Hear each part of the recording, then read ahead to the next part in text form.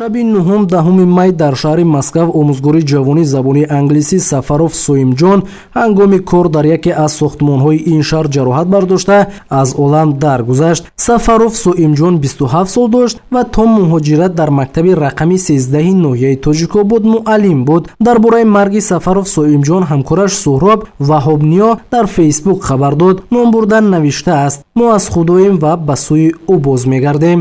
ҳар азизе аз ҷаҳон бигзашт, бе мо нагзарад, ҳар яке ҳамроҳи худ як пора аз мо мебарад. шаби 9 май ҳангоми корҳои сохтмонӣ дар шаҳри Москав собиқ омӯзгори фанни забони англисӣ мактаби мо Сафаров Соимҷон ҷароҳат бардошта дар яке аз бемористонҳои ин шаҳр пас аз ҷарроҳӣ дар 27-солагӣ ба раҳмати ҳақ пайваст. аз Соимҷон 2 фарзанд, 1 духтар ва 1 писар ки ҳанӯз мактабхонестанд ба ёдгор монд. ҳайати омӯзгории мактаб ба наздикон ва пайвандони Сафаров Соимҷон аз даргоҳи Парвардигори қодиру тавоно ва ҳакиму доно сабри ҷамил ва таҳаммулу бурдборӣ хоста барои марҳум биҳишти ҷовидониро таманно мекунад. рӯҳаш шод ва манзили охираташ пурнур бод. дар муҳоҷират ҷон додани Соимҷон Сафаров дар ҳолест ки дар мактабҳои кишвар муаллими забони англисӣ намерасад, аммо бо сабаби кам будани маош ва надоштани имтиёз муаллимон тарки пеша карда рӯ ба муҳоҷират меоранд.